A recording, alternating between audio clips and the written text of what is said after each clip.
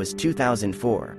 There were reports that they began to find corpses in different parts of the city, and it is not small in our country, and always in cemeteries, and always on graves.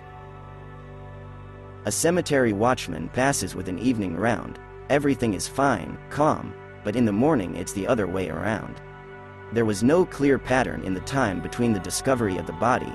They could find it once a week, they could once a month. The only thing that was always in the morning, and when it appeared, they could not determine. No one caught this moment. So, the corpse always lay face down, right on the grave, head to the monument or cross. The bodies belonged to different people, men and women, in the middle age group, of average and above average income, mostly well-groomed, well-dressed, physically healthy, which is interesting. There were no children and old people. The cause of death for all is the same, myocardial infarction. In the blood the amount of emergency hormones is always increased tenfold. People do not know each other, different areas, places of work, life and hobbies, at first glance, as it turned out. But all this was established later, much later.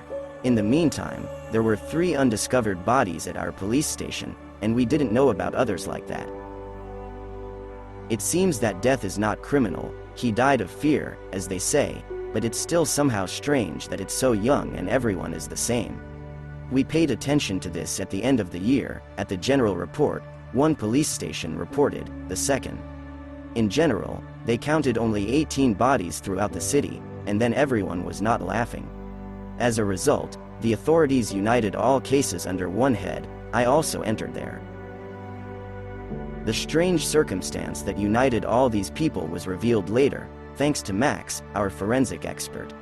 He was already a middle-aged man, under 60 years old, but strong and with an inquisitive mind preserved. The bodies were already buried by the time the cases were combined, so they had to be exhumed. He looked at them all. And I found out that all 18 bodies had molars crowns. It was then that we ran in and found out that all people treated their teeth in 3 clinics, 6 people in 2 little-known ones, and 12 people in 1, quite expensive and respected company. And somehow they noticed that all the graves on which the bodies were found were buried no more than a year ago.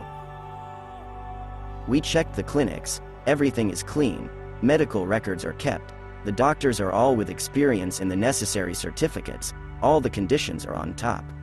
Again a dead end, but I didn't want to somehow let go of the idea of stomatology. It was painfully true. Somehow we sat and racked our brains over this case after work, as one of the employees, having heard the full description of the cases, spoke about such witchcraft that black witches had been doing in some outback for centuries. So, a woman, exhausted by life, came to such a witch and complained about her husband, a drunkard and a tyrant, that he drinks heavily, beats his wife and children. And the witch makes a conspiracy to die, namely, around the molar tooth. The woman must tie the hair of the dead man, woven by the witch under a dark conspiracy with 2 special herbs in a braid, for obvious reasons. I don't indicate the names of the herbs, and the next night the dead man takes his life to whom the hair belonged. The drunkard goes to the cemetery, and they're on the grave, and they find him dead in the morning. And getting into the mouth of a man sleeping in a drunken sleep is not a problem for his wife. We listened to this story and somehow became thoughtful. Well, nonsense, this cannot be. There is no magic and black conspiracies, but the essence of the matter does not change. The story looks too complicated. I came to Max the next day, told the story I heard in the evening. Max, without thinking twice, broke the crown and broke it in half. It was then that I felt uneasy. A small piece of something was found inside. A colleague checked the dental crown under a microscope, and says it's a pigtail, definitely hair and definitely some kind of dried flowers, and the work is so microscopic, jewelry, that the devil himself would envy. Well, of course, all the other 17 crowns were opened. The same thing was found. They began to dig in the clinics, who performs their crowns, and found a young guy, a dental technician. I won't bore you with investigation, surveillance and working out connections, but in 3 months we found out the following about him. A guy from the outback was born. He was brought up by an ancient great-grandmother. There was no other relatives, everyone died. The guy's hands were golden, and his eyes were keen. He made dental crowns extremely beautiful and even, exactly in the dentition. And they also found out that one of the fellow students in the morgue worked part-time as an orderly. As it turned out later, he was out of work. So there was such a story. The great-grandmother was a witch. She told her great-grandson all her witch secrets. The guy, with a friend at the latter's work, often rested. Yes, that's the kind of vacation, drinking alcohol in the morgue. There the fresh dead have hair and cut it off, secretly from a muddler friend, then mixed them with herbs and inserted them into the crowns, wanted to check if the grandmother was lying and whether this was possible, and whether it would help, if not tied around the tooth, but hidden inside. The victims were not specially chosen.